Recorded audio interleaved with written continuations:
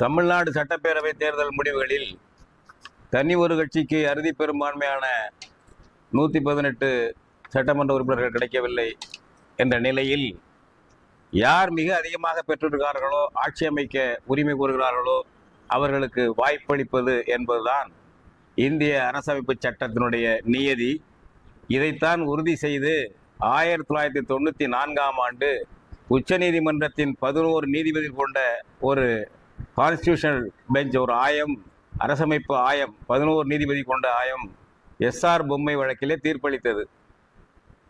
தனி ஒரு கட்சிக்கு பெரும்பான்மை இல்லாத பொழுது கூட்டணி சேர்த்து கொண்டு ஒரு அரசமைக்க கோருபவர்களில் யாருக்கு அதிக எண்ணிக்கை உறுப்பினர்கள் இருக்கிறார்களோ அவர்களை ஆட்சி அமைக்க அனுமதிக்க வேண்டும். குறிப்பிட்ட காலவரம்பு நிர்ணயித்து அந்த காலவரம்புக்குள் சட்டப்பேரவைக்குள் தங்களுடைய பெரும்பான்மையை அவர்கள் நிரூபிக்க வேண்டும். நிரூபிக்கவில்லை என்றால் ஆட்சியை கலைத்து விட வேண்டும். இதுதான் எஸ்ஆர் பொம்மை வழக்கிலே உச்சநீதிமன்றம் வலியுறுத்தி காட்டிய வழிகாட்டல். கான்ஸ்டியூஷன் படி அதுதான்.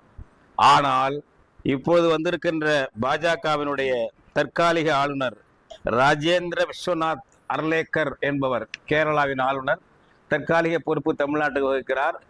டெல்லியினுடைய உத்தரவுப்படி அவர் செய்திருப்பது அராஜகமான செயல். ஒரு எடுத்துக்காட்டு, அவருடைய சுயமுரண்பாட்டை சொல்லுகிறேன். ரிசல்ட் வந்து கொண்டிருக்கிறது. அறுதி பெரும்பான்மை கூட யாருக்கும் வரவில்லை. கூடுதலாக வந்திருக்கிறது தவேகா தலைவர் விஜய்க்கு வந்திருக்கிறது. உடனடியாக நேரு விளையாட்டு அரங்கத்திற்கு IAS IPS மூத்த அதிகாரிகளை அனுப்பி புல் புடுங்க வைத்து அரங்கத்தை தயார் செய்யுங்கள், இவர் விஜய் பதவியேற்பு விழாவுக்கு என்று அனுப்பியது யார்?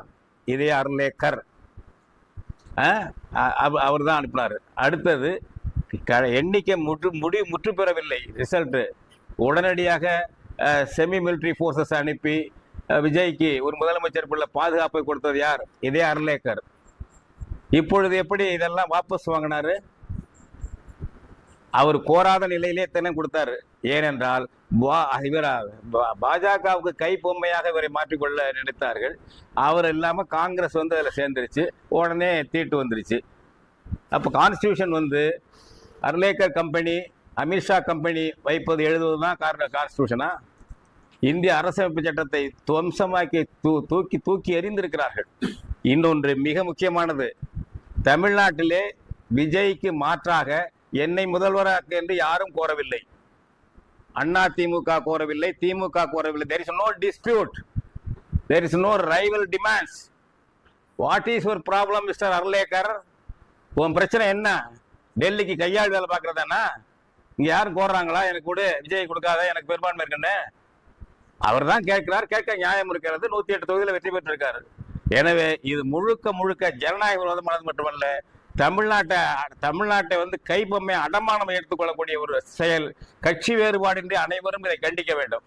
தமிழ் தேசிய பேரியக்கம் இந்த தேர்தலில் நாம் தமிழர் கட்சியைத்தான் ஆதரித்து வாக்கு கேட்டது. இப்பொழுதும் ஆதரிக்கிறதில் மாற்று கருத்து இல்லை. ஒருபோதும் நாங்கள் காங்கிரஸை ஆதரித்ததே கிடையாது. ஆனால் தமிழர்களுடைய உரிமையை பறித்து டெல்லியினுடைய பாஜகவுடைய RSS உடைய ஆரியத்துவாவின் கைப்பொம்மையாக இதை மாற்ற வேண்டும் என்று நினைக்கும் பொழுது ஒட்டுமொத்த தமிழர்களும் கட்சி வேறுபாடின்றி இதை கண்டிக்க வேண்டும். பெரும்பான்மை உள்ள விஜயை ஆதரவு அனுமதி. நீ உன் வீட்டில் வந்து ஆளுநர் மாளிகையெல்லாம் மெஜாரிட்டி கேட்கக்கூடாது. சட்டமன்றத்தில் அனுமதிக்க வேண்டும். அந்த காலவரம்புக்குள் அவரால் நிரூபிக்க முடியவில்லை என்றால் அடுத்த நடவடிக்கை எடு. இதுதான் தமிழ் தேசிய பேரியக்கத்தின் கோரிக்கை. மத்திய அரசு வந்து PMC நிதியை வந்து நீங்க வந்து அந்த கையெழுத்து போடுங்க அப்படின்னு சொல்லி ஒரு சர்க்குலர் அனுப்பிச்சிருக்காங்க. யாருக்கு?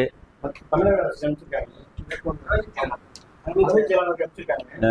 PMCல வந்து அந்த ஃபண்ட் வந்து யார் இப்ப கையெழுத்து போடுவாரு? விஜய் கையெழுத்து போடணுமா? யாரும் கையெழுத்து போடுறதுங்கிற ஸ்டாலின் இருந்தார், நேற்று வரைக்கும் இருந்தாரு. அவர் கையெழுத்து போடுறதா? பதவி ஏற்காத விஜய் கையெழுத்து போடுறதா? யார் போடுறது? எப்படி நினைக்கிறாங்க பாருங்க.